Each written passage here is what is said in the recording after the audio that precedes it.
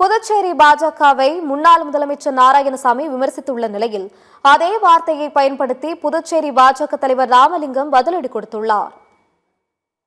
புதுச்சேரியில் ஒரு நாடகம் நடந்தது.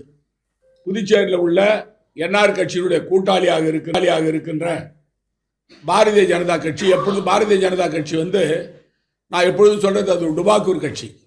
அந்த கட்சி அந்த கட்சியுடைய தலைவர்லாம் போய் முதலமைச்சரை சந்திச்சு, நீங்க 5000 ரூபாய் கொடுக்கணும், பொங்கல் பரிசு 5000 ரூபாய் புதுச்சேரி மாநிலத்தில் ஒவ்வொரு குடும்பத்துக்கும் கொடுக்கணும்னு சொல்லி கோரிக்கை வச்சிருக்கிறாங்க. இந்த 5000 ரூபாய் அவங்க கேட்கறதுக்கு காரணமே முதலமைச்சரை வலியுறுத்தி கேட்க வைக்கிறாங்க. அதுக்கு இடையில தகவல் வருது, அதிகாரிகள் அதற்கு ஏற்றுக்கொள்ளவில்லை என்ற தகவல் வருது. 140 கோடி ரூபாய் ஆகுது, அதனால கொடுக்க முடியாது என்று அதிகாரிகள் கோப்பை திருப்பி அனுப்பின்னு தான் சொல்றாங்க. இது தேர்தல் சமயம், எவ்வளவு வேணாலும் கொடுப்பாங்க அவங்க. ஏன்னா மக்களுடைய வாக்குகளை பெறுவதற்கு பாரதிய ஜனதாவும் என்ஆரும் எவ்வளவு பணம் வேணாலும், குறிப்பாக இப்ப சொன்னார் பாருங்க, 2500 அறிவிச்சாரு, மஞ்சள் அட்டைக்கு 1000 ரூபாய் கொடுக்க போறேன்னு சொல்றாரு. தேர்தல் சமயத்தில் எல்லாம் சொல்லுவார் ரங்கசாமி. தேர்தல் முடிஞ்ச 2 மாசத்துல எல்லாத்தையும் முடிச்சிடுவார் கதையை, ஒன்றும் கொடுக்க மாட்டார்.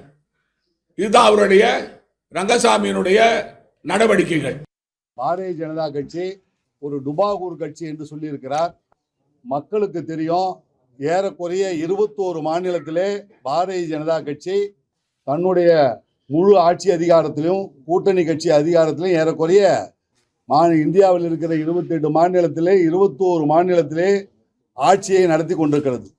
யார் எல்லாம் அவர்களுடைய தலைவர் தான் டுபாகூர் பேட்டியாக கொடுத்து ஓட்சோரி ஏதாவது ஒன்று சொல்லி வெளிநாட்டுகளே போய் இந்தியாவை பற்றி குறைவாக பேசி இந்த இளைஞர் மத்தியிலும் இந்தியா மேல் உள்ள தேசபக்தி மிக்க மாணவர்கள் மத்தியும் குடிமக்கள் மத்தியிலும் எவ்வளவு பெரிய இழிவை ஏற்படுத்தி அவர்களுடைய ஆதரவை தொடர்ந்து புறக்கணித்து மக்கள் எல்லாம் அவரை புறக்கணித்து ஒரு அமுல் பேபி இவர் பேசுவதை ஒரு பொருட்டாக எடுத்துக்க கொள்ளக்கூடாது என்ற அளவிலே ராகுல் காந்தியை ஒதுக்கி வைத்திருக்கிறார்கள்.